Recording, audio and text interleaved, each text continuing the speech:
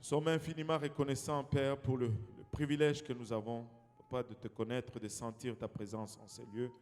Présence qui a été rendue disponible, Papa, au prix de la croix, au prix de beaucoup de souffrance et d'humiliation, Seigneur.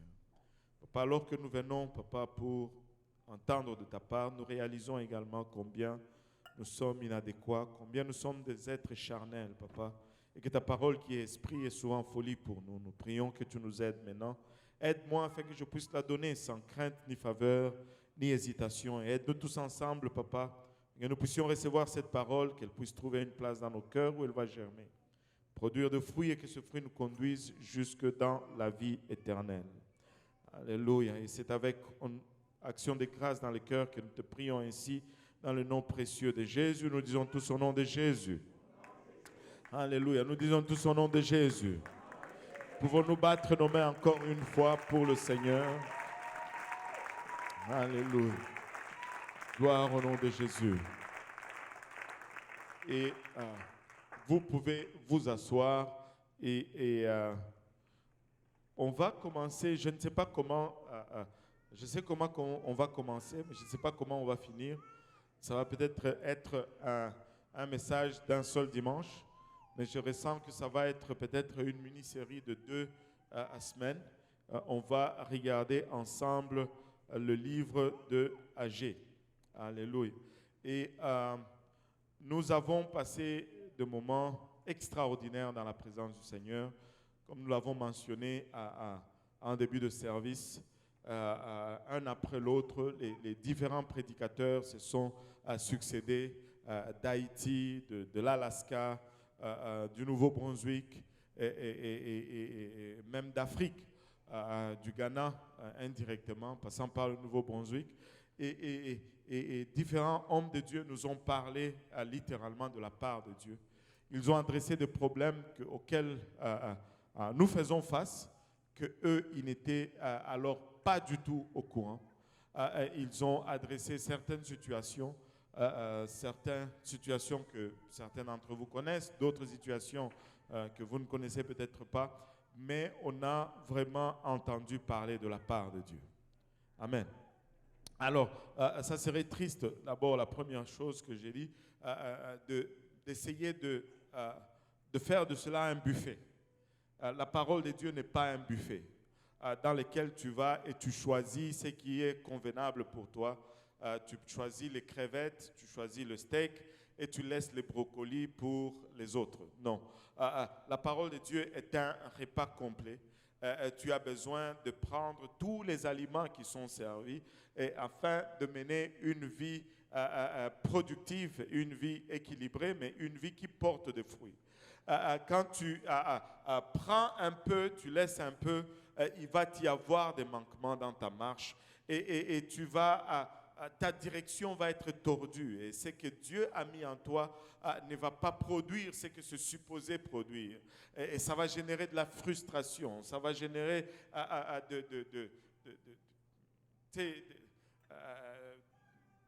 ça va des fois pousser qu'on s'écarte même. On va être dans la confusion, on ne va pas comprendre ce que Dieu veut faire et on va passer à côté. Nous ne voulons pas passer à côté. Amen. Nous ne voulons pas passer à côté. Amen. Il y a quelques 5 personnes qui sont avec moi là-dessus. Mais nous ne voulons pas passer à côté comme Église. Amen. Je ne sais pas pour vous, mais nous ne voulons alors absolument pas passer à côté. Amen. Alléluia. Et vous savez, j'étais en train de méditer là-dessus. Et le Seigneur a mis une pensée. Ça, c'est. Bon, on va dire que ça, c'est le bonus avant la matière. Le Seigneur a mis une pensée en moi. Vous savez, nous voulons tous voir la gloire de Dieu. Qui veut voir la gloire de Dieu? Amen. Enfin, j'espère que nous voulons tous voir la gloire de Dieu.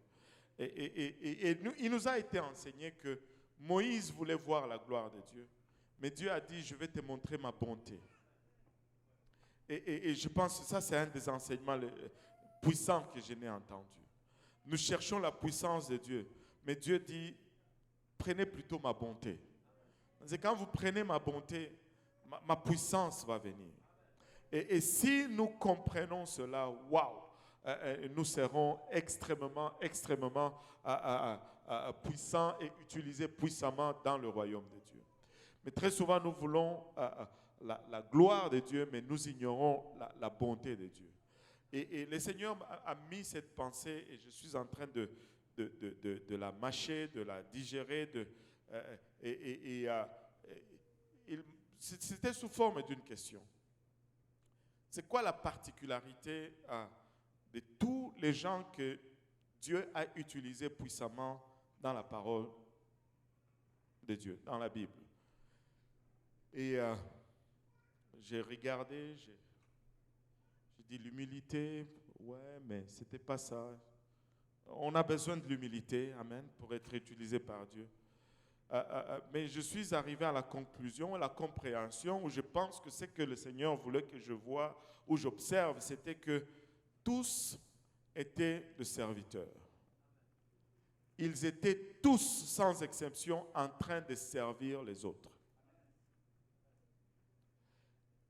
Tous étaient là, ils ont été utilisés puissamment par Dieu, mais dans leur service pour le peuple de Dieu. Et jamais en dehors du service pour le peuple de Dieu. C'est dans leur service vis-à-vis du peuple de Dieu. C'est alors qu'ils essayaient de montrer la bonté de Dieu pour son peuple que Dieu a montré sa gloire et sa puissance. Et si à cette belle congrégation, sans exception, chaque personne se disait moi je vais m'engager à servir le peuple de Dieu. Quelle explosion de puissance et de gloire nous allons être témoins, non seulement parmi nous, mais dans cette ville. Le service est paramount, comme on dit. Le service est au-dessus de toute chose. Soyons des serviteurs, développons des fibres de serviteurs pour le peuple de Dieu. Soyons au service l'un de l'autre. Tout ce que Dieu a utilisé, ils ont consacré leur vie pour servir les autres. Allez rechercher. Peut-être que, je ne sais pas, vous allez en trouver, mais j'essaie de passer et de repasser, de trouver quelqu'un. Mais tous étaient au service de son peuple. Je ne sais pas. Après avoir dit tout cela, nous allons étudier le livre d'Agée. Le livre d'Agée parle un peu de la reconstruction du temple et de la reconstruction de la ville de Jérusalem. Le livre d'Agée nous parle de l'accomplissement de la promesse de Dieu pour son peuple, qu'ils allaient quitter la captivité de Babylone et qu'ils allaient retourner dans la terre promise et qu'ils allaient reconstruire le royaume et qu'ils allaient reconstruire le temple de Dieu et qu'ils allaient reconstruire la ville de Jérusalem. Le livre d'Agée est un livre d'accomplissement, un livre dans lequel on voit l'espoir du peuple de Dieu être éventuellement accompli. Et Israël était parti, plutôt pris en captivité par le roi Nabuchodonosor. Et il y a eu des prophéties qui ont été données, 70 ans de captivité pour chaque année, que vous n'avez pas laissé la terre reposer, etc., etc. Et le livre d'Agée fait partie de l'histoire de l'accomplissement de cette prophétie. Maintenant, Agée, ce n'est pas long, c'est à peine 2 chapitres. Hein. Ce n'est pas du tout beaucoup, mais beaucoup d'instructions, beaucoup de leçons là-dedans, surtout pour nous à qui beaucoup a été donné, surtout pour nous qui sont maintenant prêts. Alléluia. Combien sont prêts? Prêts à se mettre à reconstruire, alléluia, la maison de Dieu, prêts à voir la gloire de la maison de Dieu. Combien sont-ils prêts, après ce que nous avons reçu, sont chargés à prendre d'assaut les rues de Montréal? Hein? Alléluia. Je ne sais pas pour vous, comme un de mes amis dirait, je cherche juste une raison pour me battre. Tu sais, tu es tellement entraîné, tu te sens tellement fort et tu cherches la bagarre maintenant. Et nous devons être à cette place-là. Amen. Pas l'un avec l'autre, bien sûr. Hein. Avec notre ennemi, le diable. Amen. Alléluia. Maintenant, comment tout cela s'est développé? Et d'abord, avant d'avancer plus loin, je veux dire, le livre d'Agé, c'est comme si, c'est pas comme si, il est vraiment inclus dans le livre d'Ezra. Et si tu veux comprendre tout le livre d'Agé, tu dois lire le livre d'Ezra. Tu vas voir que Ezra commence un peu avant Agé et il finit après Agé. Tout ce que Agé parle est inclus dans ce que Ezra nous raconte. Ezra a 10 chapitres, Agé en a seulement 2. Et donc, le livre d'Agé est littéralement inclus dans le livre d'Ezra. Maintenant, qu'est-ce qui se passe après le temps de captivité à Babylone? Il y a un roi qui s'est levé en 539 avant Jésus-Christ, c'était le roi Cyrus. Le roi Cyrus a conquis Babylone et il commence à régner sur Babylone. J'ai fait un peu de recherche sur le roi Cyrus. Et il est dit du roi Cyrus que c'était un roi plein de bonté. Il était un roi plein de bonté. Et il avait une nature bienveillante. Et cette bonté a caractérisé un peu son règne. J'ai regardé National Geographic, ou Géographie nationale, c'est ça? Ou National Geography, dit ceci sur le roi Cyrus. Il dit: la nature bienveillante du règne de Cyrus a pris de nombreuses formes. Il apaisa les Mèdes, autrefois puissants, en les faisant participer au gouvernement. Il adopta les habitudes vestimentaires et ornementales des Élamites. Et dans toutes les terres qu'il a conquises, il a rendu les images des dieux qui avaient été saisis lors des batailles et conservés à Babylone. Et à Babylone même, il rendit publiquement un culte à Marduk, le dieu vénéré de la ville. L'acte de miséricorde le plus célèbre de Cyrus fit la libération des Juifs captifs que Nabuchodonosor II avait contraints à l'exil à Babylone. Cyrus leur a permis de retourner sur leur terre promise et les Juifs ont loué l'empereur perse dans les Écritures comme un sauveur à qui Dieu a donné le pouvoir sur d'autres royaumes afin qu'il les ramène à Jérusalem et leur permette de reconstruire leur temple. Alléluia. Et dans le temps moderne, le président américain Donald Trump a été comparé à ce roi Cyrus. Je ne sais pas si vous avez vu, il y a un de mes confrères qui m'a fait un cadeau d'une pièce en or. Je ne sais pas si c'est du vrai, je ne pense pas. Alléluia. Il m'a fait cadeau d'une pièce en or. Cette pièce a été produite par le gouvernement israélien. D'un côté de cette pièce-là, tu vois l'effigie du roi Cyrus et de l'autre côté, c'est l'effigie du président Donald Trump suite à la construction de l'ambassade d'Israël à Jérusalem, l'ambassade américaine d'Israël à Jérusalem, ambassade qui a été construite exactement 70 ans depuis la renaissance d'Israël. N'est-ce pas une coïncidence si on peut dire coïncidence. Mais avec la parole de Dieu, il n'y a jamais de coïncidence. Amen. Alléluia. Maintenant, Ezra nous dit ceci. Ezra nous raconte ce que National Geographic a dit. Et Ezra le dit sous cette forme. Et nous allons nous appuyer plus sur la parole de Dieu. Il nous dit ceci: la première année de Cyrus, dans Ezra 1:1-4, la première année de Cyrus, roi de Perse, afin que s'accomplisse la parole de l'Éternel prononcée par la bouche de Jérémie, l'Éternel réveilla l'esprit de Cyrus, roi de Perse, qui fit faire de vive voix et par écrit cette publication dans tout son royaume. Ainsi parle Cyrus, roi de Perse: l'Éternel, le Dieu des cieux, m'a donné tous les royaumes de la terre et il m'a commandé de lui bâtir une maison en Juda, à Jérusalem en Juda. Qui d'entre vous est le aide de son peuple?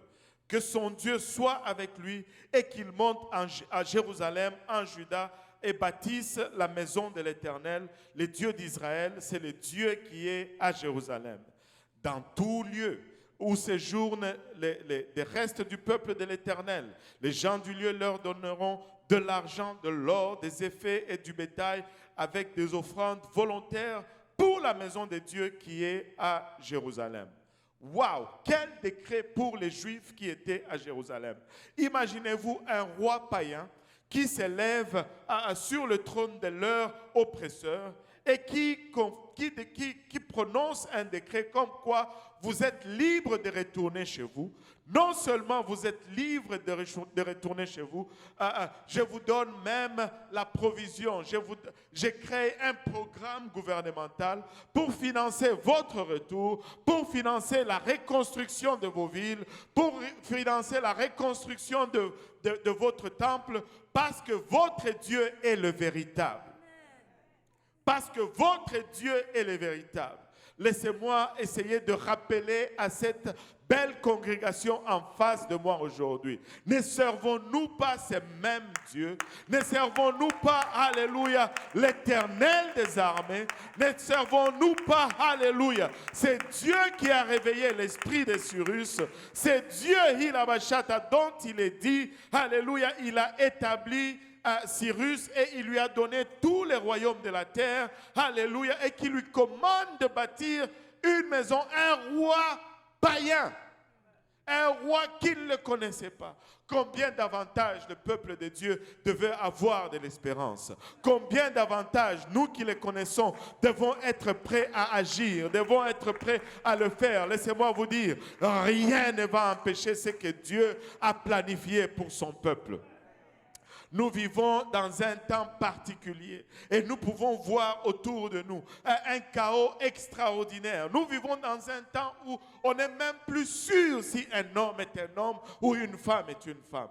Mais dans ces temps de confusion, Dieu a un peuple, alléluia, qui peut se sentir peut-être captif, mais Dieu peut utiliser n'importe qui, n'importe quand, alléluia, n'importe quelle ressource pour accomplir sa volonté. Et moi, je suis de ceux qui croient qu'il va le faire. Il va le faire. Et l'heure, c'est maintenant. Il va le faire. Nous allons voir des gens, alléluia, que nous n'avions aucune idée qu'ils vont venir, alléluia, servir Dieu. Ils vont venir, alléluia, et ils vont se prosterner devant le seul et unique vrai Dieu. Peuple de Dieu, nous ne sommes pas dans la confusion. Il n'y a pas de confusion en ce que Dieu désire faire. Alléluia. Le cœur de Dieu, le battement du cœur de Dieu n'a jamais changé. Alléluia. Ça reste encore le même. Il y a un peuple qui doit être sauvé. Il y a des gens à atteindre avec l'évangile. Il revient bientôt et il va faire un travail rapide. Alléluia. Et tu peux regarder la grandeur de la tâche devant nous et être soucieux, alléluia, en ce qui concerne les finances. Ça nous a été dit ici de cette chair, les finances n'ont jamais été un problème pour Dieu. Alléluia. Alors que l'ordre est donné, les finances vont suivre. Si nous pouvons juste avoir la vision et nous engager intensement avec tout dans son œuvre, nous allons avoir tous les moyens nécessaires. Alléluia. Ce n'est pas le moment de dire, oh, ceci ne marche pas comme ça, je vais m'asseoir de côté. Et tu vas rester dans la gare et le train va partir. Alléluia. Oh, je suis le dirigeant des champs, ils ne peuvent pas commencer sans moi. Frère Boaz, si tu n'es pas là, on va partir sans toi. Alléluia. Alléluia. Dieu va élever un païen. Et on va faire le travail. Mais laissez-moi vous dire, pour rien au monde, je vais manquer ceci. Pour rien au monde. Alléluia. Je vais être au milieu de ce que Dieu est en train de faire et ce que Dieu veut faire. Vous savez, le décret a été donné. Mais laissez-moi vous dire, ils ne sont pas tous partis. Ils ne se sont pas tous levés. Vous savez pourquoi? Babylone était riche. Babylone avait beaucoup plus de trafic commercial que Jérusalem. Babylone était attirant.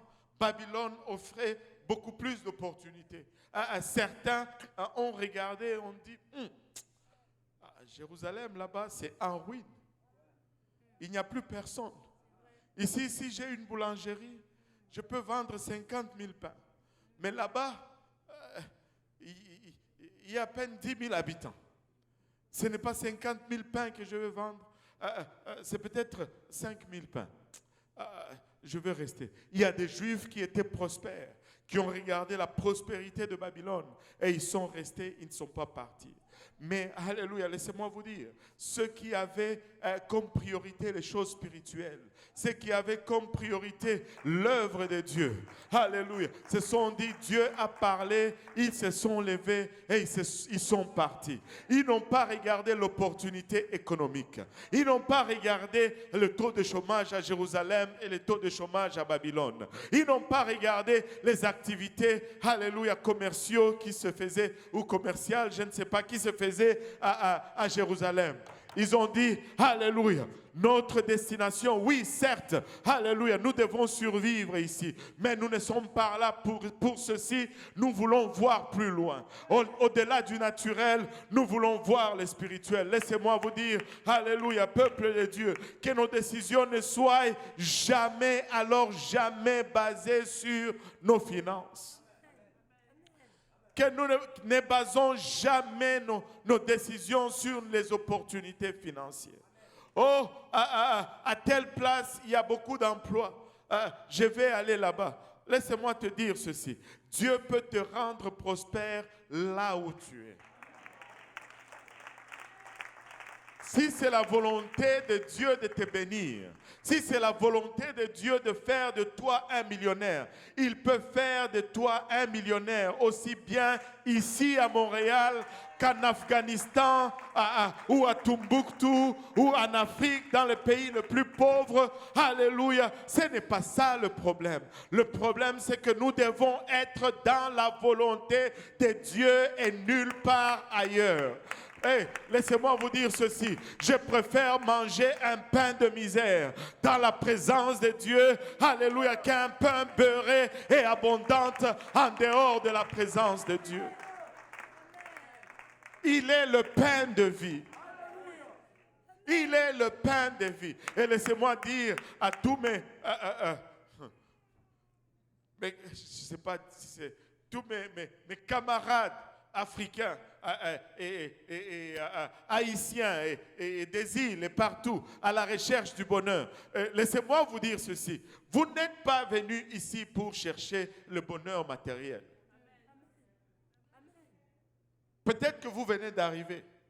Mais laissez-moi vous aider parce que vous n'avez pas le même temps que ceux qui sont venus. Regardez ceci. Ce n'est pas pour... Dieu pouvait te prospérer de là, de ton pays. Dieu pouvait... Il y a de ces gens qui sont restés au Congo, qui sont plus riches que nous ici. Allô? Allô?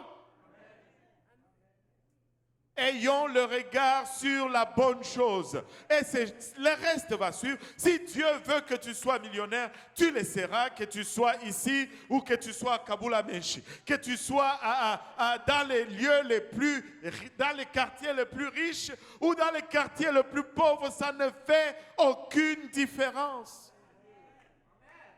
Écoutez, j'ai parlé à des gens... Tout ce qu'ils avaient, c'est juste un lopin de terre à Colosie. Mais subitement, ils ont commencé à creuser, ils ont trouvé du coltan sur leur propre terre, à une parcelle familiale. Ils sont riches. Moi, j'ai vendu la parcelle familiale.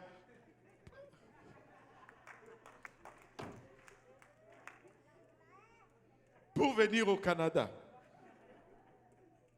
Certains d'entre nous, nous avons vendu l'héritage familial pour payer le billet et venir ici, espérant être plus riche. Laissez-moi vous dire, alléluia, il y a plus que cette richesse matérielle.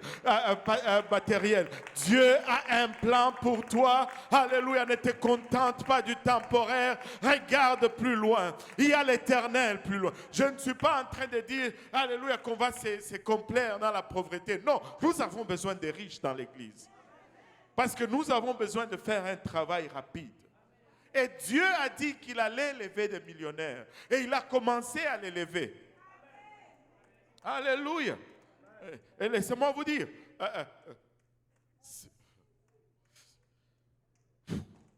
je vais le rappeler. J'étais dans ce stationnement de Morelatos. Il y avait un frère qui avait acheté un camion pour faire un travail. Et il m'a demandé d'aller prier pour le camion. Je suis entré, je me suis assis dans le camion, j'ai mis les mains sur le volant et Dieu m'a parlé. Il a dit qu'il allait lever des jeunes qui allaient être millionnaires dans ce. Mais ça va être pour le bien du royaume. Alors, si tu veux être millionnaire, aligne-toi dans la volonté du royaume. Amen. Parce qu'il y en a qui commencent déjà à avoir la grosse maison, la grosse voiture. Non, non, non. Voyez la grosse mission, la grosse église, et c'est comme ça que ça va venir. Alléluia. La grosse mission, la grosse église qu'on va acheter là, le nombre de missionnaires qu'on va envoyer à gauche, c'est comme ça, c'est pour cela que Dieu va nous enrichir. Oh là là là là. Toute la joie est sortie par là. Millionnaire, oui, pour l'église. Oh, oh Seigneur Jésus, aide-nous. On doit se repentir dans cette... Alléluia. Cyrus a décrété, il a établi des impôts pour financer la reconstruction de Jérusalem. Certains sont partis, mais ceux qui sont partis avaient vraiment la vision sur le spirituel. Ils voulaient voir le temple de Dieu s'élever. Ils voulaient voir la ville sainte briller encore dans sa splendeur comme elle avait brillé autrefois. Et ils sont partis de là et quand ils sont arrivés à Jérusalem, la première des choses qu'ils ont fait, il y en a, ils sont partis plusieurs, mais ils avaient deux dirigeants. Un dirigeant spirituel, un dirigeant politique, si on peut le dire. Josué était sacrificateur, c'était le dirigeant spirituel, et Zorobabel, c'était le dirigeant politique. Au fait, Zorobabel était un descendant de David. Et Dieu avait promis à David qu'il y aura toujours un de ses descendants sur le trône, n'est-ce pas? Donc il fallait donc qu'il rentre. Amen. Et dans le troisième chapitre d'Ezra, on le voit arriver. On le voit arriver à Jérusalem, dans la ville sainte détruite. Et la première des choses qu'ils font, c'est qu'ils rebâtissent l'autel. Les priorités toujours à la bonne place. La première des choses, c'est qu'ils vont rebâtir l'autel. Ezra 3:1 nous dit, le 7e mois arriva et les enfants d'Israël étaient dans leur ville. Alors le peuple s'assembla comme un seul homme à Jérusalem. Josué, fils de Tchotsadak, avec ses frères, les sacrificateurs, et Zorobabel, fils de Shealtiel, avec ses frères, s'élevèrent et bâtirent l'autel du Dieu d'Israël pour y offrir des holocaustes, selon ce qui est écrit dans la loi de Moïse, homme de Dieu. Et ils ont rebâti l'autel. La première des choses qu'ils sont arrivés, ils ont rebâti l'autel. Et cela est significatif. Ça nous a été dit, alléluia, dans cette conférence, ça nous a été dit, je pense, à 2 ou 3 reprises durant cette période de 4 à 5 semaines. Laissez-moi vous dire, ça va toujours commencer avec l'autel. L'autel va déterminer combien nous allons faire pour Dieu.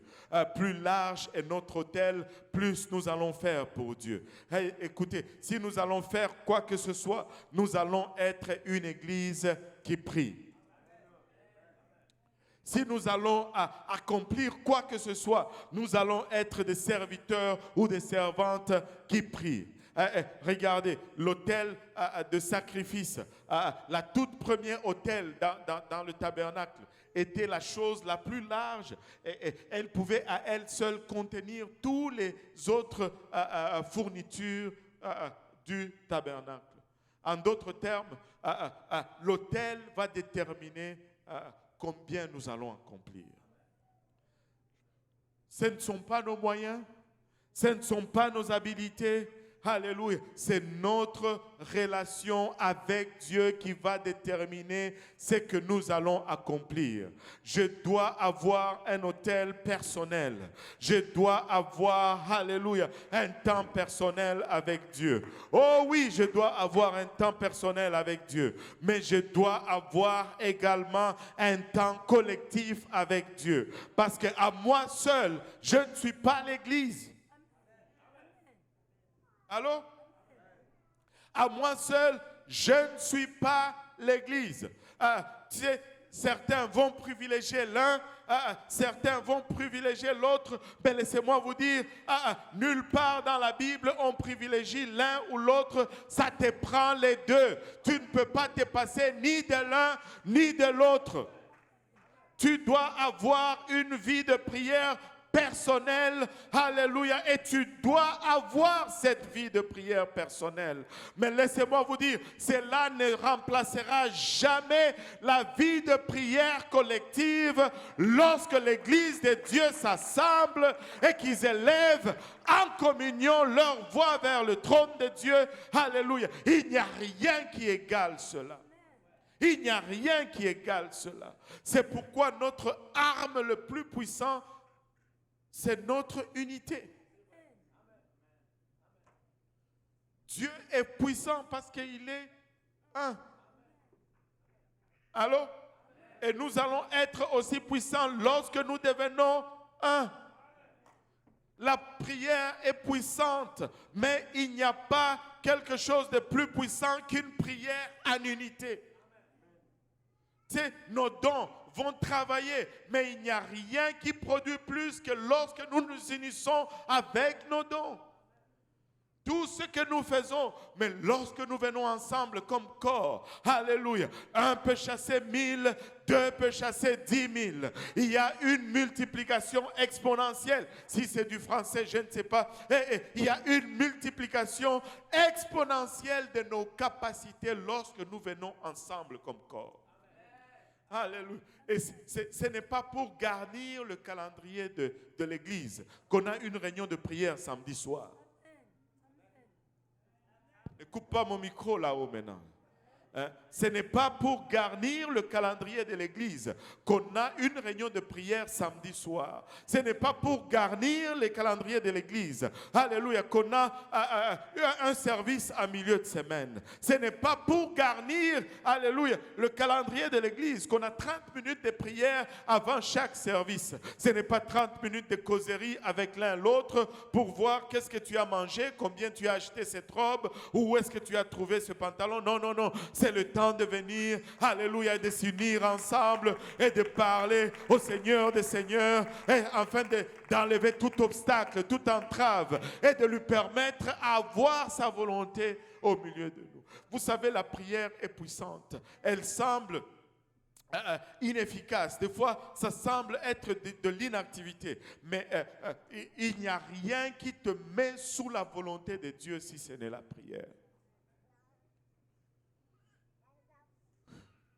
La prière brise ta volonté et permet à la volonté de Dieu d'avoir les dessus dans ta vie. Alléluia. Regarde ton voisin, dis-lui là, dis-lui, je serai là samedi soir pour la réunion de prière. Et en passant, te rappelles-tu, lorsque tu as voulu rentrer dans le ministère, est-ce que tu te rappelles la feuille que tu avais signée là, qu'on avait lue ensemble, hein? Qui disait que je m'engage à être là chaque samedi soir pour la réunion de prière, que je m'engage à être là chaque mercredi soir pour le service de milieu de semaine. Tu te rappelles de cette feuille que tu avais signée pour entrer dans le ministère? Ben nous, on ne l'a pas annulée.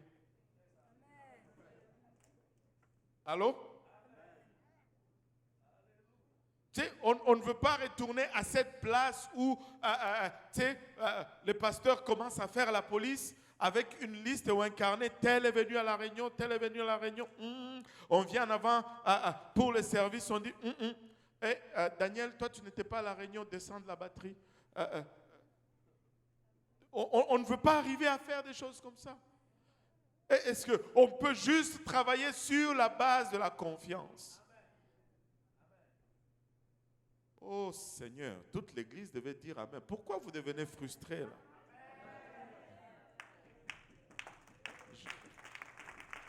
Allô? Tu avais signé, oui ou non? Allô? Vous me regardez maintenant fâché. Pourquoi? Tu avais signé volontairement, n'est-ce pas? Alléluia. Daniel, toi, tu avais signé?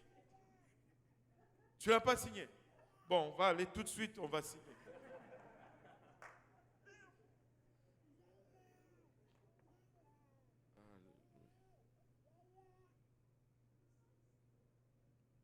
Si tu t'étais engagé, ben tiens ton engagement. Si tu ne peux pas t'engager, si tu ne peux pas tenir ton engagement, dis-le. Amen. On va trouver quelqu'un d'autre qui peut tenir l'engagement. Et vous savez, on peut faire le service sans le piano. On peut faire le service sans les instruments. On peut faire le service sans la chorale. Tu sais, on peut arriver là, ici, ben, il n'y a pas de musicien. Ok, je ne sais pas moi, Pasteur Lionel vient, Anton. Et la présence de Dieu va être là.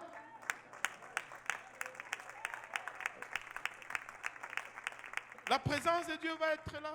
Allô? Alléluia, amen. Oh, ils ont bâti l'hôtel. Oh là là. Je ne savais pas qu'il y avait tout ça dans l'hôtel. Anyway, ils ont rebâti l'hôtel.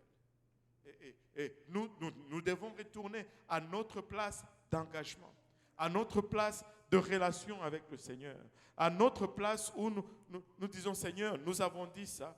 Et regardez un peu. Comment, si nous ne tenons pas notre parole, pourquoi est-ce que nous allons nous attendre à ce que Dieu, lui, garde sa parole? Allô? Alléluia. Ils ont rebâti l'hôtel. Alléluia. Alléluia.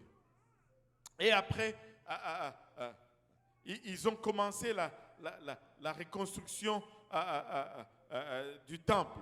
Et ils ont recommencé la reconstruction du temple. Alléluia. Les gens venaient, ils offraient, et ils avaient les subventions qui venaient du roi Cyrus.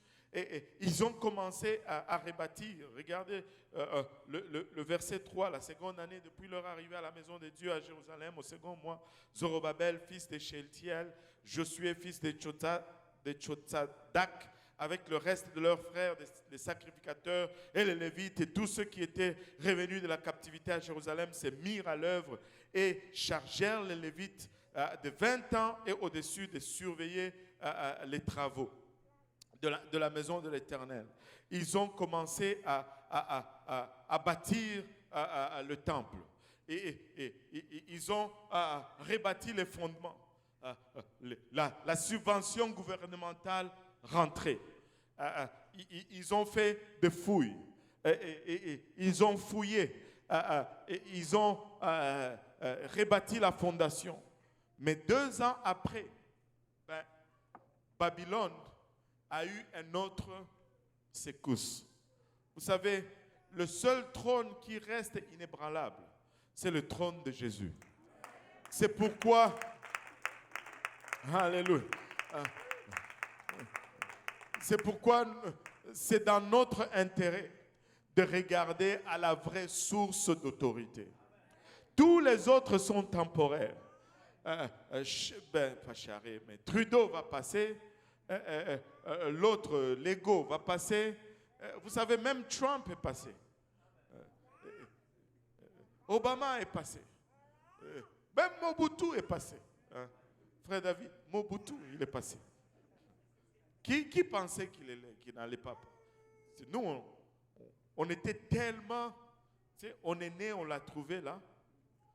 Et au point où on confondait son nom avec le titre qu'il occupait. Nous, quand on était petits, on se disait, le Mobutu de la Zambie s'appelle Kaunda. Qui a parlé comme ça? On nous dit, le Mobutu de l'autre pays s'appelle, on va dire le Mobutu du Canada s'appelle Trudeau. Parce que c'était le président à vie. Mais lui aussi est passé. Mais malheureusement pour les enfants d'Israël, le pouvoir a changé à Babylone. Cyrus est passé.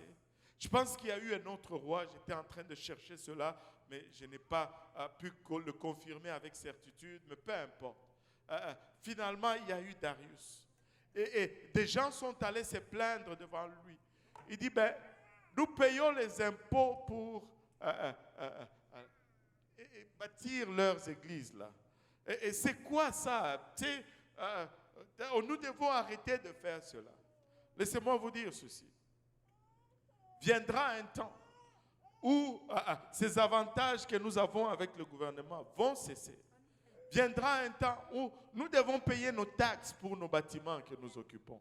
Pour le moment, nous disposons encore de la bonté de Cyrus. Viendra un temps, alléluia, où vos dîmes ne vont pas suffire pour faire fonctionner l'Église et que nous devons vraiment donner plus si nous voulons garder le royaume de Dieu avancé. Viendra, et vous savez qu'il y a déjà des municipalités qui sont en train de réclamer les taxes que les églises ne payent pas au gouvernement provincial.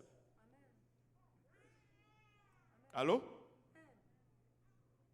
Oui, en fait, comment ça opère ici au Canada? Ça opère que si tu es une église, tu es qualifié comme un organisme de bienfaisance et pour cela, parce que tu fais du bien pour la communauté, par exemple, tu fais qu'il n'y a pas de drogue, tu fais qu'il n'y a pas de criminalité, tu fais qu'il n'y a pas d'ivrognerie, des choses comme ça. Les citoyens sont honnêtes. C'est un plus pour la société. Et ils disent que parce que tu ajoutes à la société, on va te faciliter le travail. Si tu as un bâtiment, tu peux l'occuper sans payer les taxes. On va t'exempter des taxes pour que tu puisses continuer à améliorer la communauté. Mais bientôt, nous n'allons plus avoir ces privilèges. Bientôt, nous n'allons plus avoir ces privilèges. La subvention va être coupée. Darius est arrivé au pouvoir, il dit, bon, il y a des lettres qui lui sont amenées, nous envoyons de l'argent à Jérusalem pour construire un temple là-bas. Et ces gens, par-dessus tout, ils ne respectent même pas nos lois. Quand nous disons qu'un homme peut être une femme, ils ne sont pas d'accord avec ça. Pourquoi est-ce que nos argents vont? Et c'est exactement ce qui est arrivé avec Darius. Ils croient en leur Dieu, ils croient que c'est le seul Dieu. Et fais attention, Darius, ils croient que ce Dieu est au-dessus de toi, ô roi. Ils sont plus fidèles à leur Dieu qu'à toi, ô roi Darius. Et c'est ça le rapport qui lui est arrivé. Oh, qu'il soit dit de nous que nous sommes plus fidèles à notre Dieu. Alléluia, que ce gouvernement, alléluia, terrestre, qu'il soit dit de nous. Alléluia. Et là, il a dit, bon, vu que c'est comme ça, on coupe les subventions. Ceux qui recevaient l'argent de Babylone ne reçoivent plus. Là, ils devaient survivre pour eux-mêmes. Ils devaient survivre pour leur famille. Ils devaient trouver maintenant de l'argent pour construire eux-mêmes le temple. Et vous savez quoi? La vie a commencé à être difficile à Jérusalem. Et ceux qui étaient là ont commencé même à se questionner, Pasteur Lionel. Ils ont commencé à se dire, mais qu'est-ce qui s'est passé? Avons-nous vraiment fait ce que Dieu voulait qu'on fasse? Tu sais, des fois, tu fais ce que Dieu te demande et tu te trouves dans des problèmes. Et là, tu commences à questionner si Dieu t'avait vraiment dit de faire ce que Dieu. Et Israël ce peuple était exactement à cet endroit-là. Et ce qui devait arriver, arriva. Ils ont cessé de bâtir parce qu'ils n'avaient pas assez d'argent. Ils ont cessé de bâtir parce qu'ils devraient survivre eux-mêmes. Ils ont cessé de bâtir. Certains ont commencé même à se dire, nous sommes venus trop tôt. On devait attendre d'abord à Babylone, économiser assez, avoir des réserves d'argent et là, après, venir pour reconstruire une fois le temple. Laisse-moi te dire, il n'y a pas un mensonge plus grand que celui-là. Quand Dieu dit c'est le moment, peu importe ce que tu as ou que tu n'as pas. Tu ne seras jamais assez riche pour commencer à servir Dieu. Tu ne seras jamais assez prêt pour commencer à te consacrer à lui. Si tu ne lui es pas fidèle dans le moins que tu as aujourd'hui, tu ne lui seras jamais fidèle. Alléluia. Même s'il te couvrait des milliers et des milliers et des milliers de biens. Sers-le maintenant. Alléluia. Et c'est dans ces circonstances-là que Agé commence à parler maintenant. C'était 14 ans. Les travaux se sont arrêtés 14 ans. Pendant 14 ans, il y avait juste la fondation. Pendant 14 ans, ce qui était maintenant la préoccupation de ces peuples, c'était leur survie personnelle au lieu de la maison de Dieu. Et 14 ans depuis l'arrêt de travaux, et Agé est maintenant sollicité par l'Éternel pour apporter une parole à ce peuple.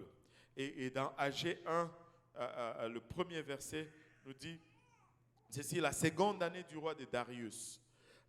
2 ans après que Darius soit en règne, le premier jour du 6e mois, le 1er juin de cette année-là, la parole de l'Éternel fut adressée par Agé le prophète à Zorobabel, fils de Shealtiel, gouverneur de Juda, et à Josué, fils de Jotsadak, le souverain sacrificateur en ces mots. Ainsi parle l'Éternel des armées. Ce peuple dit, le temps n'est pas venu, le temps de rebâtir la maison de l'Éternel. Wow! Ils se disent ceci. Oui. D'abord, ils ont commencé par se demander, avons-nous vraiment pris la bonne décision? Et ils sont arrivés à la conclusion que oui, c'était la chose à faire. Il fallait rebâtir le temple. Il fallait retourner à Jérusalem. Hein?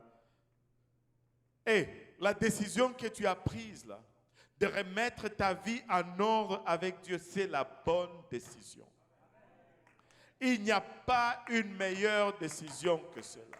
La décision que tu as prise de sortir du chemin de l'égarement et de dire non, moi je vais retourner à l'église, je vais prier, Dieu va me faire grâce. C'est la bonne décision. C'est la bonne décision. Alléluia. Et ils disent, c'était peut-être pas le temps. Ils disent, ils sont arrivés à la conclusion que c'était la bonne décision. Et servir Dieu, c'est toujours une bonne décision. Travailler pour Dieu, c'est toujours une bonne décision. Mais ils disent que le temps n'était pas peut-être venu. Nous sommes peut-être venus trop tard. Trop tôt plutôt. Nous sommes venus peut-être en anticipation. C'est pourquoi nous connaissons ces problèmes. Et Agé se lève et il dit, mais vous êtes en train de dire, le temps n'est pas peut-être venu. Le temps de rebâtir la maison d'Israël. Et regardez le verset 3, il dit, c'est pourquoi la parole de l'Éternel leur fit adresser par Agé, prophète, en ce mot. Est-ce le temps pour vous d'habiter vos demeures lambrissées quand cette maison est détruite? Il se dit, ce n'est peut-être pas le temps. Il dit, Agé est en train de dire, si ce n'est pas le temps pour la maison de Dieu, ce n'est pas le temps pour ta maison non plus. En d'autres termes, je suis nul sans Dieu.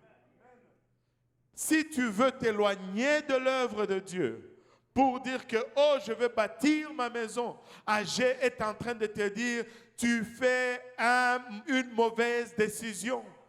Tu ne peux pas demeurer dans ta maison. Alléluia. Il dit, est-ce le temps pour vous d'habiter vos demeures lambrissées? Lambrissées, ça veut dire même quoi? C'est quoi, vous qui êtes allés à l'école? Parlez, dites-moi. Lambrissé. Hein, fissuré? Ok. Fissuré. En lambeaux, c'est ça? Je ne sais pas, j'essaie de comprendre. Je demande vraiment sincèrement.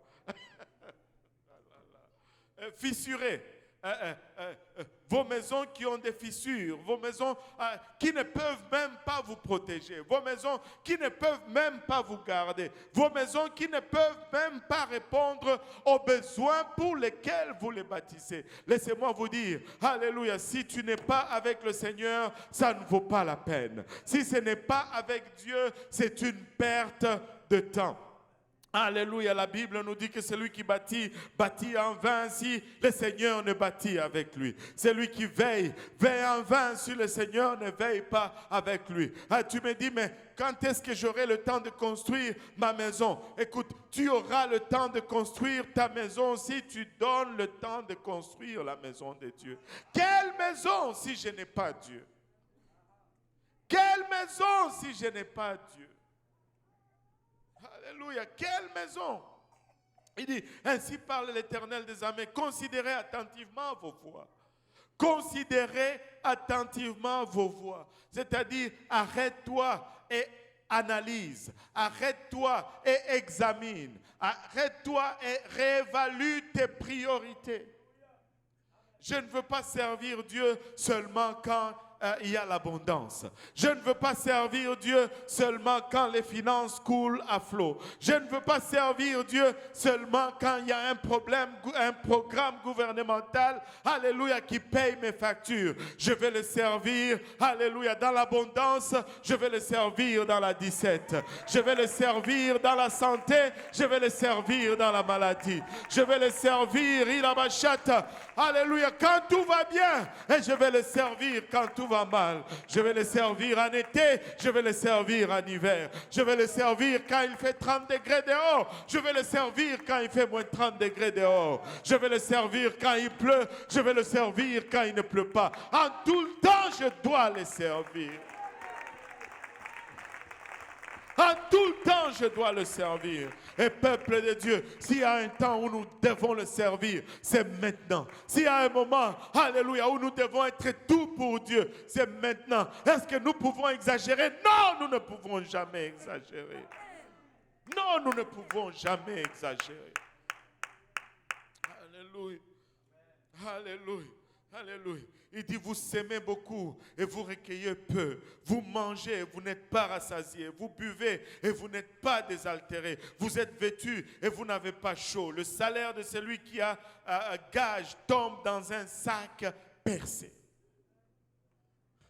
En d'autres termes, à quoi te servirait de courir ça et là, d'essayer d'amasser alors que le Seigneur est en train de souffler pour éparpiller?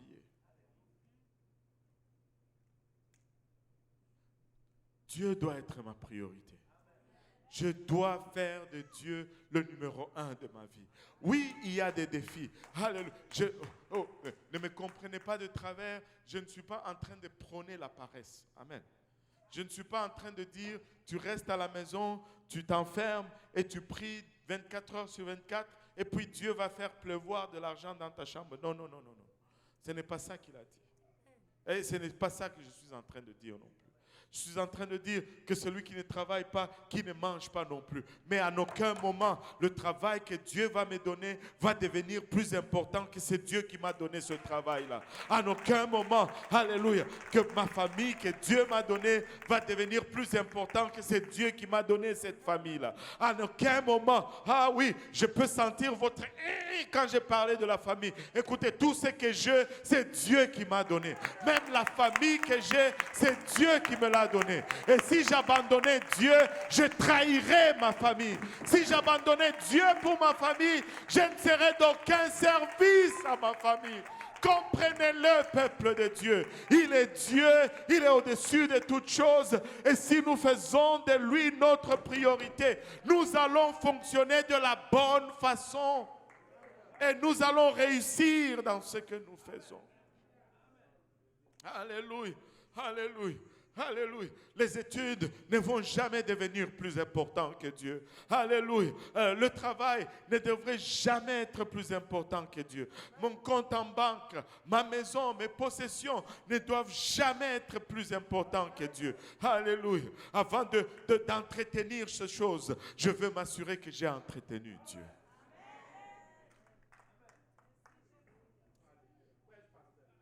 Ainsi parle l'Éternel des armées.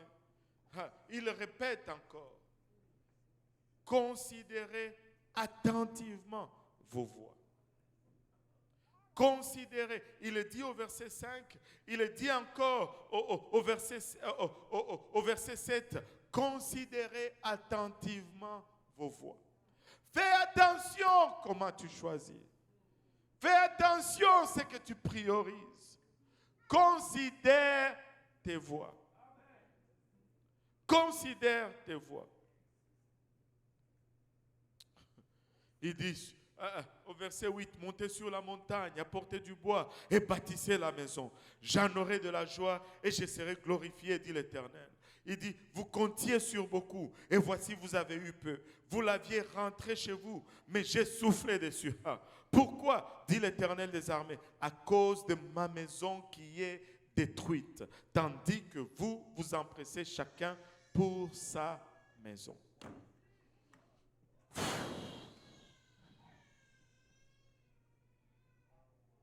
Waouh! Waouh, waouh, waouh, waouh! Waouh! Alléluia.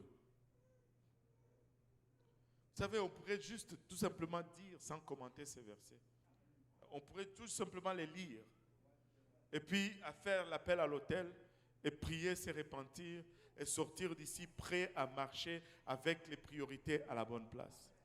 Amen. Alléluia.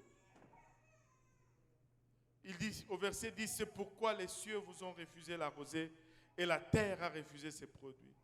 J'ai appelé la sécheresse sur le pays, sur les montagnes, sur les blés, sur les mous, sur l'huile, sur ce que la terre peut rapporter, sur les hommes.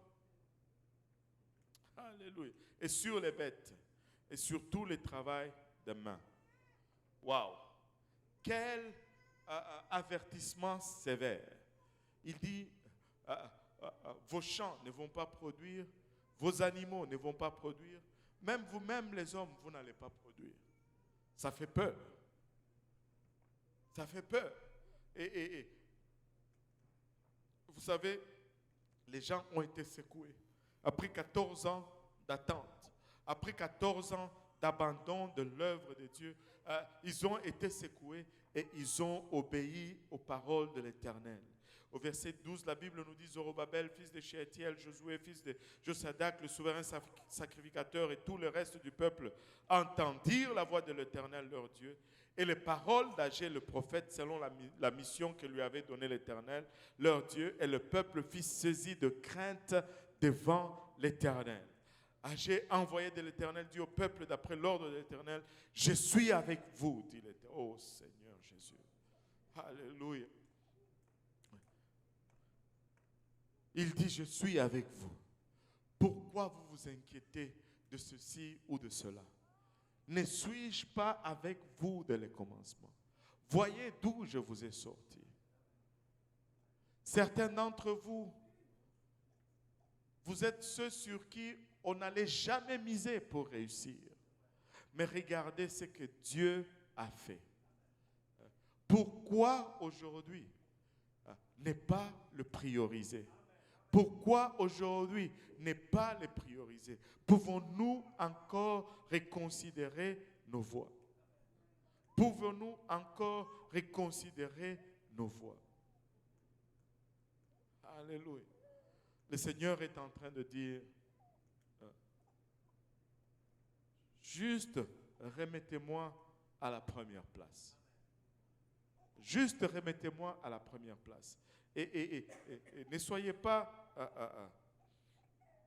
ne soyez pas dans la confusion en disant, regarde, si on met Dieu en première place, ça veut dire que je ne fais plus ceci, je ne fais plus cela. Oui, certes, il y a de ces choses que tu ne dois plus faire. Mais si nous suivons juste ce que Dieu demande, nous allons voir sa gloire. Même pour les choses pour lesquelles nous nous inquiétons, la main de Dieu va bouger en notre faveur. Amen. Vous savez,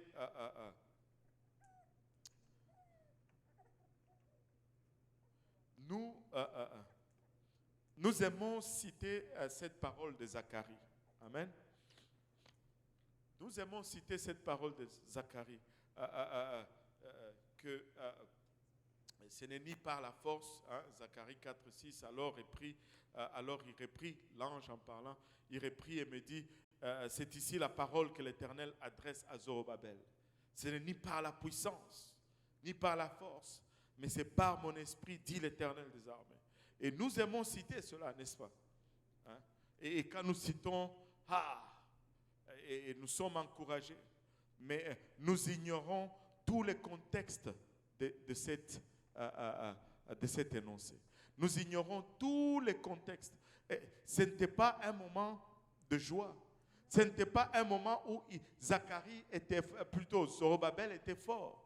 Ce n'était pas un moment où il était en abondance pour que Dieu lui dise, tu ne vas pas t'appuyer sur ton argent, tu ne vas pas t'appuyer sur ta force, appuie-toi sur... C'était un moment, ni la force, ni la puissance, il l'avait. Et c'était un moment de détresse. 14 ans, le projet ne va nulle part. Et c'est là que Dieu lui dit, écoute, ce n'est pas par ces choses-là que tu penses construire que tu vas construire. Ce n'est pas par ces moyens-là. Appuie-toi sur moi. Et je viens dire à quelqu'un aujourd'hui, appuie-toi sur lui.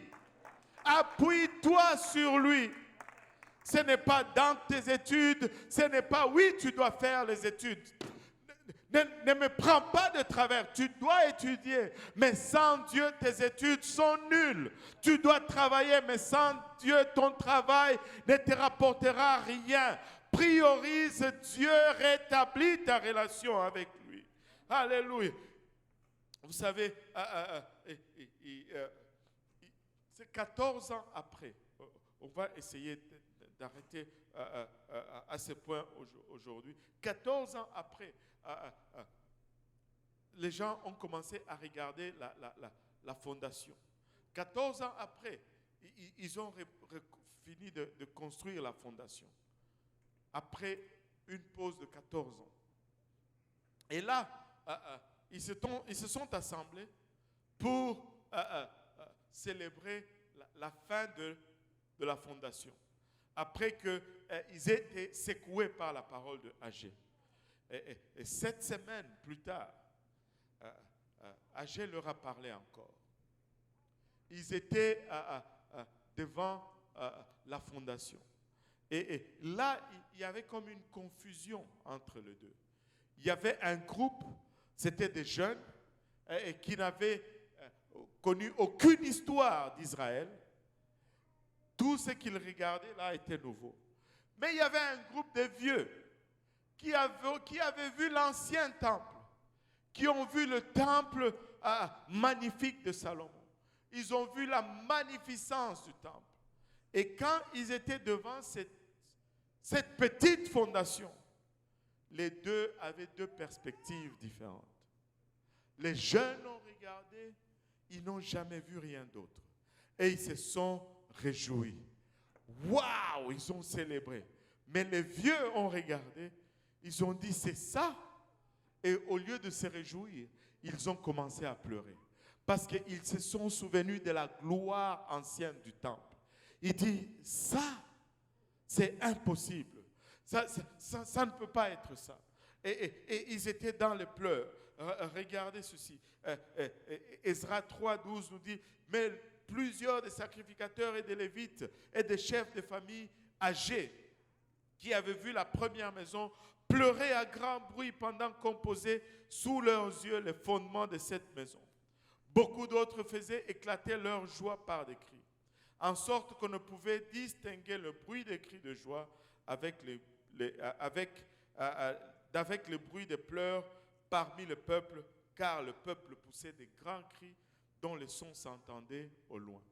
Il y en avait qui regardaient et qui disaient non, ça ne peut pas être ça. Nous avons vu la gloire de Dieu. Nous avons vu le temple de Dieu. Nous avons vu des grandes choses. Ça ne peut pas être ça. Mais d'autres jeunes qui regardent, qui disent, wow, finalement, c'est tout ce qu'ils ont vu. Ils n'avaient pas d'autres références. Et pour eux, c'était magnifique. Et les deux pleuraient ensemble. Alléluia. Les deux pleuraient ensemble. Et c'est dans ces contextes-là que ces paroles ont été données. Il dit, Dieu est en train de dire ici au peuple, aux jeunes, il dit ceci, réjouissez-vous parce que je vais faire une chose nouvelle. Mais aux vieux qui pleuraient, Dieu est en train de leur dire, alléluia, vous n'avez pas besoin de pleurer. Oui, vous avez le regard sur la gloire passée. Laissez-moi vous dire, ne mesurez pas la grandeur de ce que je vais faire par la petitesse de ce temple. Ce temple que je suis en train de bâtir va être plus glorieux que le temple que vous êtes en train de pleurer. Laissez-moi dire à quelqu'un ici, des fois nous regardons dans le passé, nous regardons les choses qui ont été faites et nous considérons ce que... Wow, vous allez avouer avec moi que nous n'avons pas beaucoup pour bâtir avec. Les fondements ne sont plus. Nous n'avons pas grand-chose. Même les choses qui étaient simplement acceptées dans le monde, aujourd'hui, sont disputées dans la maison de Dieu. Allô? Je vais vous donner un exemple. Cette semaine, non. Oui, la semaine passée, mardi passé, j'ai parlé avec quelqu'un, on discutait sur la sanctification. On parlait sur le port de pantalon. Vous savez qu'une femme n'est pas supposée porter de pantalon. Allô? C'est dans la parole de Dieu. Ça veut partir de la sanctification. Vous savez que avant que je n'entre dans cette discussion, 2 jours avant, le pasteur Abou m'envoie 2 liens vidéo. C'est des journaux télévisés en France. Il y en a quelqu'un d'autre qui a reçu ces vidéos. Ouais. C'était 2 jours avant que je ne parle à quelqu'un. Des journaux télévisés en France de l'époque qui parlaient sur, c'était je pense 2012 ou 2002, je ne sais pas, 2012. En tout cas, récemment là, ils sont en train de parler comment on a sorti de la législature la loi qui interdisait aux femmes d'entrer dans Paris avec un pantalon. Qu'il était interdit aux femmes de se travestir et d'entrer dans la ville de Paris en étant travesties. Je les ai les vidéos. Si vous le voulez, venez me voir, je vais vous les donner. Au journal. Une fois, c'est que le monde acceptait. Mais nous sommes en train de nous battre avec cela aujourd'hui dans la maison de Dieu avec des gens qui sont remplis du Saint-Esprit. Waouh! On a un problème. Comme si cela n'était pas assez. Maintenant, ce sont les hommes qui portent des jupes. On n'est pas sorti du bois. On n'est pas sorti du bois. Et nous pouvons regarder en arrière et pleurer littéralement sur notre sort. Où est-ce que nous allons arriver avec cela? Mais laissez-moi vous dire que Dieu est en train de dire que ce qu'il va faire avec nous va être plus glorieux que ce qu'il y a eu dans le passé. La dernière maison va être plus glorieuse. Oui, peut-être les fondements sont petits. Oui, peut-être que les fondements sont faibles. Mais laissez-moi vous dire, alléluia, ce temple de Zorobabel, c'est le même temple dans lequel, alléluia, quelques années plus tard, le Seigneur des Seigneurs, le Roi de gloire, est entré dans ce même temple. Alléluia, il n'y a pas eu plus gloire que ça, alléluia, dans toute l'histoire du temple. Dieu va faire un grand travail. Dieu va le faire avec nous. Ne regarde pas aux circonstances. Alléluia. Et le regard fixé sur Dieu. Dieu est en train de rebâtir. Dieu est en train de reconstruire. Peu importe les moyens que nous avons ou que nous n'avons pas. Peu importe le nombre d'ouvriers. Laissez-moi vous dire, nous allons voir le réveil. Nous allons voir cette grande moisson. Nous allons le voir. Nous allons le vivre. Alléluia. Si on pouvait se lever tous ensemble, nous allons le voir. Amen. Nous allons le voir. La gloire de cette dernière maison va être plus grande. Il continue en disant à Zorobabel dans Zacharie 4:7, il dit: qui es-tu, grande montagne, devant Zorobabel? Tu seras aplani. Il posera la pierre principale au milieu des acclamations Grâce, grâce pour elle. La parole de l'Éternel me fut adressée en ce mot. Les mains des Zorobabel ont fondé cette maison et ses mains l'achèveront. Et tu sauras que l'Éternel des armées m'a envoyé vers vous. Et regardez le verset 10. Car ceux qui méprisaient, alléluia, les jours des faibles commencements se réjouiront en voyant le niveau dans la main des Zorobabel. Alléluia. Je ne sais pas comment vous voulez prendre ces versets, mais laissez-moi, alléluia, vous dire ceci. Peu importe comment vous le prenez, c'est bon. Ça dit tout simplement si toi tu es à la bonne place ou à la mauvaise place. Parce qu'il y a deux lectures de ce passage. Il y a une lecture qui dit, bon, ceux qui méprisaient le jour de faible commencement, c'est-à-dire ils ont regardé ces débuts faibles, ils se sont dit, ah, ça ne vaut pas la peine, rien ne va arriver. Mais quelque chose est arrivé quand même de ce faible commencement.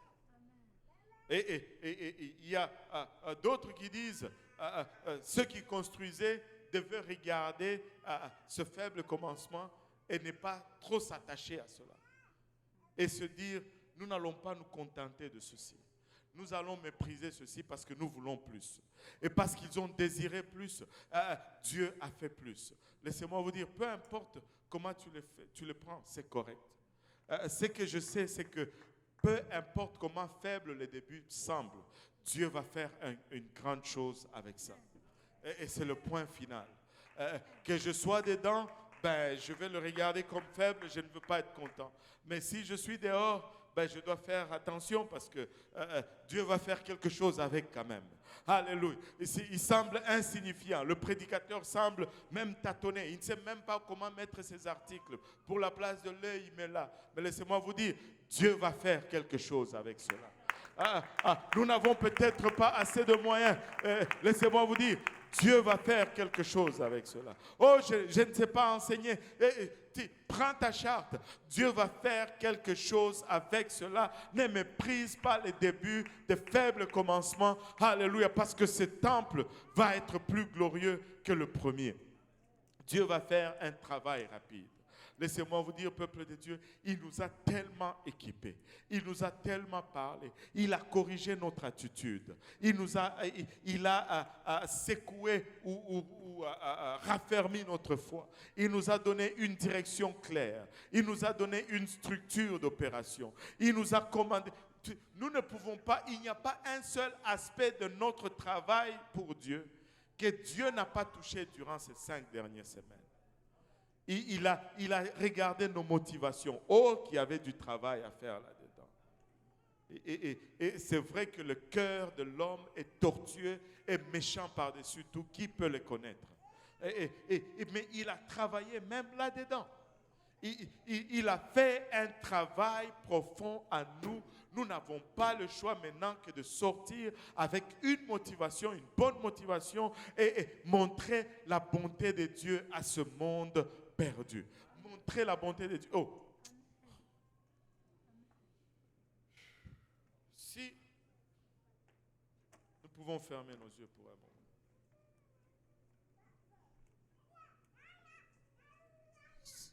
Dieu ne va rien faire aussi longtemps que ton cœur arbore autant de méchanceté avec ses enfants, envers ses enfants. Il ne va pas faire. Il ne va pas faire. Nous ne pouvons pas prétendre être de Dieu alors que nous gardons des choses en dedans de nous. Nous devons tout vider et permettre de voir la gloire de ce deuxième temple.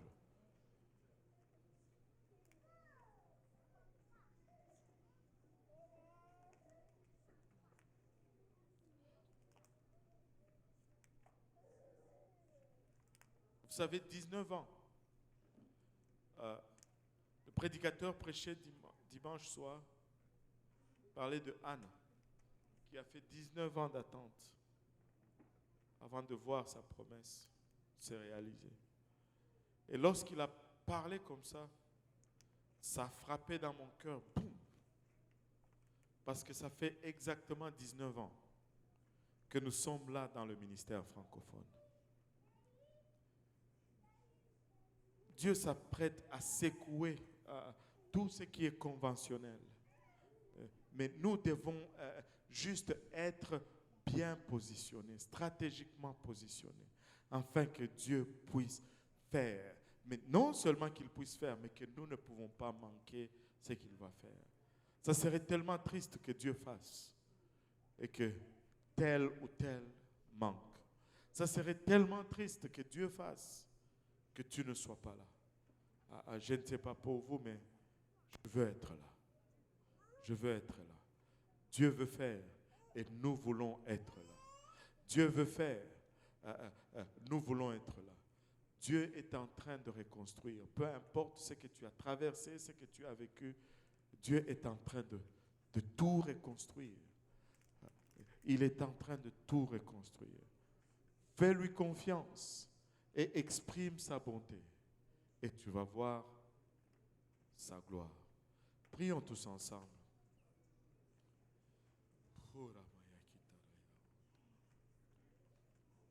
Papa, nous te sommes infiniment reconnaissants pour ton amour, ta bonté, ta fidélité. Seigneur, 1000 fois nous reconnaissons combien nous sommes indignes d'être là dans ta présence, d'être là, Papa, en train de jouir, Papa, de ta bonté, de ton œuvre, Seigneur. Toutefois, Papa, nous réalisons combien tu es plein de grâce, Seigneur, et combien tu es désiré de faire, Seigneur. Papa, nous prions maintenant que tu nous aides, Seigneur, à non seulement à entendre message après message, à non seulement, Papa, à recevoir, Papa, à nous réjouir et courir, Papa, mais nous voulons voir, Papa, ta bonté.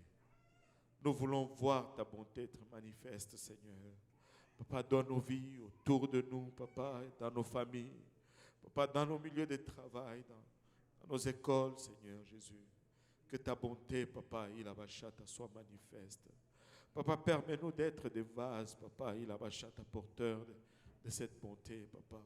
Autant que nous en sommes récipiendaires, autant que nous puissions, Papa, la manifester à tous autour de nous, Seigneur Jésus. Papa, nous sommes conscients, Papa, également du manque d'habilité, manque de moyens, Seigneur, mais nous réalisons, Papa, que tu es le Dieu d'éternité et que tu accomplis toutes choses à son temps, Seigneur. Qu'avec la vision, Papa, tu donnes la provision, Seigneur. Je prie, Seigneur Jésus-Christ, que tu secoues chacun de nous, Papa, et que nous puissions, Papa, attentivement, Papa, examiner nos voies, Seigneur, et que nous puissions te mettre en priorité, Papa, en tout secteur de notre vie, Seigneur, et qu'ainsi faisant, nous puissions, Papa, voir, Papa, ta bonté, Seigneur.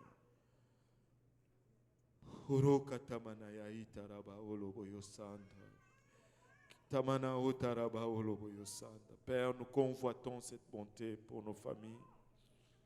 Convoitons cette bonté pour nos amis, Papa. Nous convoitons cette bonté, Papa, pour nos villes, notre province, Seigneur. Nous convoitons cette bonté, Papa. Nous la convoitons, Seigneur. Papa, mais aide-nous à ne pas l'entraver, Seigneur, mais aide-nous à travailler avec cette bonté, Papa. Pour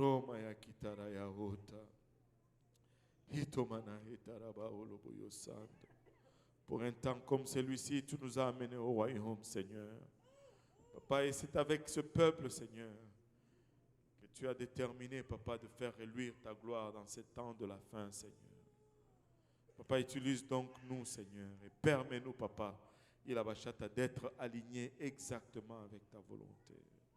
Au nom de Jésus. Au nom de Jésus, au nom de Jésus. Au nom de Jésus, alléluia. Au nom de Jésus, pouvons-nous commencer à l'adorer, alléluia. Là où nous sommes, pouvons-nous commencer à élever nos voix, Pouvons-nous commencer à élever nos voix vers son trône. Pouvons-nous commencer à lui témoigner, alléluia, une telle gratitude, alléluia. Iramaya kotaraya eta. Iramaya kotaraya eta raba oloboyo sanda. Ariamaya etara koloya etaraba oloboyo sanda. Oro katamanaya etaraba oloboyo sanda. L'époque de Cyrus est peut-être révolue, mais la grâce de Dieu va se manifester dans une autre dimension. Alléluia. L'époque de Cyrus est révolue. Alléluia. Mais la grâce de Dieu. Alléluia. Mais la grâce de Dieu. Il a vachata. Mais la grâce de Dieu. Alléluia. Ora katamana otaraba oloboyo sanda. Ikoromaya etara keleya etaraba oloboyo shanda. Oriaraba kitamana otaraba keleya eta. Mais la grâce de Dieu. Alléluia.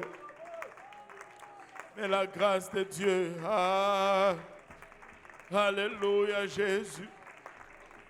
Alléluia Seigneur. Alléluia Jésus. Alléluia Seigneur. Oriamaya itara koloya et. Harikatamana otaraba oloboyo sanda. Horokatamana etaraba oloboyo sanda. Alléluia. Mais la grâce de Dieu. Haramaya kitara.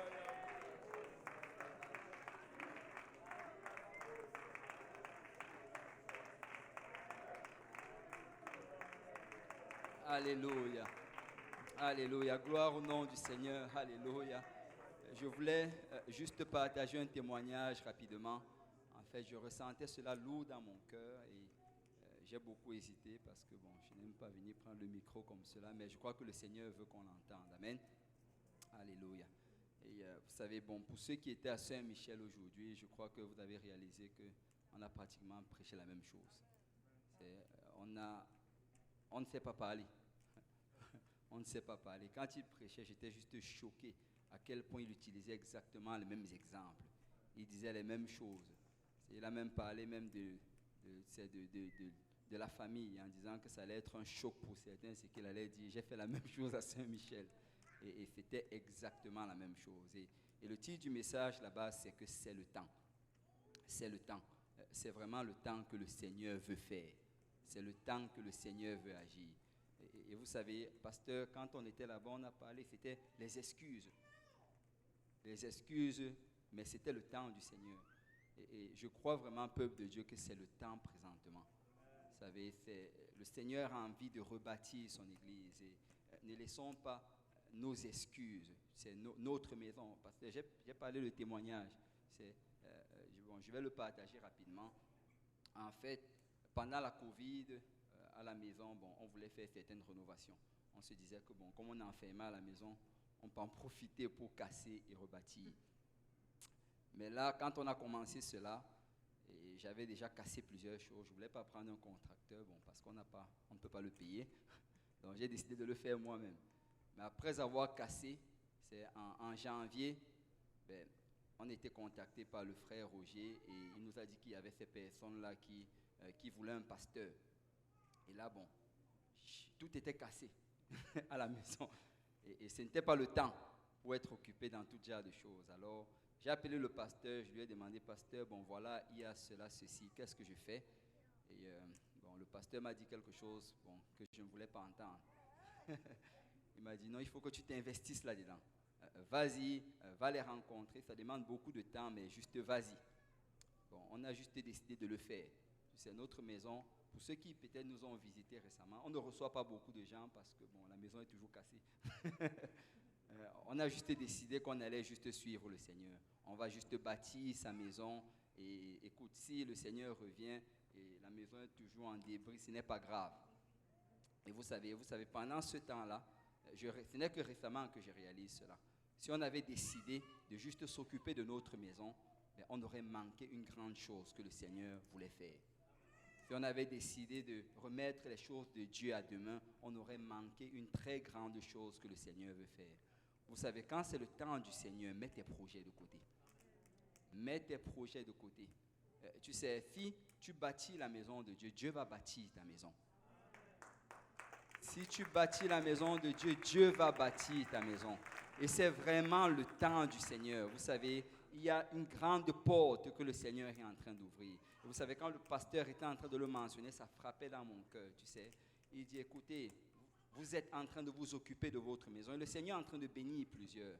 Mais tu sais, ce n'est pas le temps de s'attacher à ces bénédictions. C'est le temps de s'attacher à celui qui a béni. Amen. Alléluia. Gloire au nom du Seigneur. C'est le temps. Alléluia. Oh, battons nos mains pour le Seigneur. Et je pense, on a encore un peu de temps. Je pense que ça serait approprié de venir à l'avant, de passer du temps dans la prière, dans sa présence. Et il n'est que 15h35. On a encore une bonne dizaine de minutes où on peut parler au Seigneur. Ces hôtels sont ouverts. Les hommes à ma gauche, les dames à ma droite. Nous allons venir parler au Seigneur et nous allons prier, Seigneur, dirige-moi, parle-moi. Et une autre chose que je veux vraiment plaider avec l'Église, tu sais, on a beaucoup de jeunes qui sont en train de monter, beaucoup de jeunes qui sont vraiment rendus dans l'âge où Dieu commence à les utiliser. Soyez conscients de ces jeunes. Soyez conscients de ces jeunes. Et s'il vous plaît, ne les perturbez pas en leur montrant des choses à gauche, à droite. Non, non. C'est juste encouragez-les à faire ce qu'on leur dit à l'Église de faire. Amen. N'allez pas chercher des nouvelles doctrines. Ce n'est pas ça qu'on a besoin. On a besoin de gens qui vont juste servir Dieu, qui vont s'engager intensement à servir Dieu, qui vont être là fidèles, alléluia, dans les réunions de prière, fidèles dans leur temps de prière à la maison, qui vont être là dans les choses qu'on a à faire. On a des activités d'évangélisation. Où sont nos jeunes? On a des réunions de prière. Où sont nos jeunes? Alléluia. Il y a tellement à faire dans la maison de Dieu. Tu ne peux pas te plaindre qu'on ne fait pas assez dans la maison de Dieu. Amen. Alléluia. Si nous pouvons élever nos voix pour un moment, si nous pouvons, alléluia, parler au Seigneur pour un moment. Alléluia. Juste toi et le Seigneur. Alléluia. Juste toi et le Seigneur. Juste toi et le Seigneur. Alléluia. Ton Dieu t'aime aujourd'hui. Alléluia. Jésus t'aime. Jésus est en amour avec toi.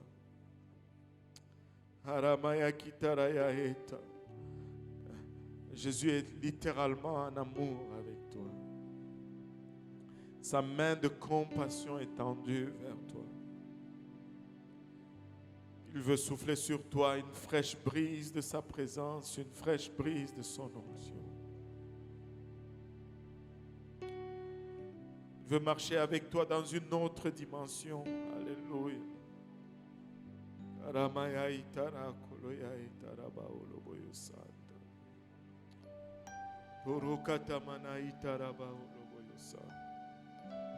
Alléluia. Alléluia. Oh non, laisse-moi dire à quelqu'un aujourd'hui, Jésus n'est pas déçu de toi. Il n'est pas déçu. Il t'aime. Alléluia. Il t'aime. Alléluia. Il n'est pas du tout déçu. Alléluia. Il t'aime. Alléluia. Alléluia, Jésus. Orokatamana itaraba oloboyosa. Kitamana utara keleya itaraba oloya. Harakatamana itaraba oloboyosa. Harakatamana utaraba oloboyosa. Il t'attire à lui.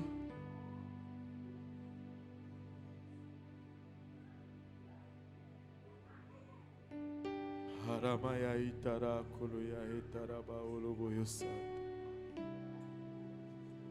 Kotomana itaraba oloboyosa daraba oloboyosa.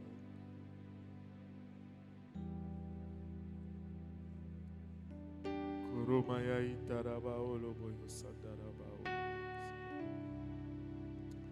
Koromaya itaraba oloboyosa. Seigneur Jésus t'aime.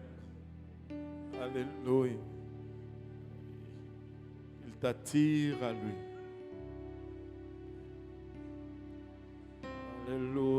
Aramaya kitaraya eta. Aramaya kitaraya eta raba oloboyo sanda. Oh oui, Seigneur. Alléluia. Veux-tu l'aimer en retour? Veux-tu lui exprimer ton amour en retour? Alléluia. Alléluia. Orokotomana hitaraba oloboyo sanda. Alléluia, Seigneur. Alléluia, Jésus.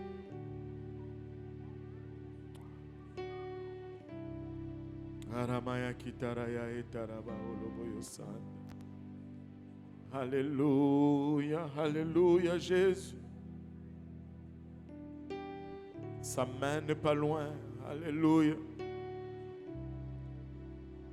Sa bonté, Alléluia, se renouvelle jour après jour. Laisse-le infuser dans ton âme de cette bonté. Qu'il y ait une infusion de cette bonté dans ton âme.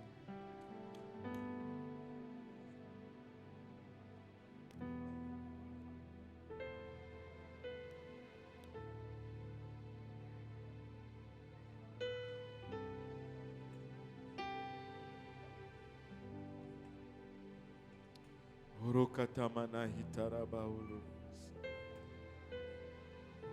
Hikatamana hotaraba olo boyosanda. Oremaya hitara koloya hitaraba olo boyosanda. Alléluia Jésus, Alléluia Seigneur, Alléluia. Orokatamana ya hita. Alléluia. Si vous êtes là et que vous n'êtes pas encore baptisé au nom de Jésus, nous avons l'eau, nous avons des vêtements de rechange. Ça ne prend que votre obéissance. Ça ne prend que votre obéissance. Alléluia. Alléluia Jésus. Alléluia Seigneur. Alléluia.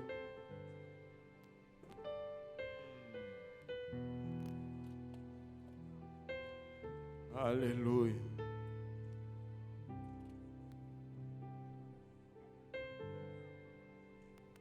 Romaya itaraba oloboyo sanda.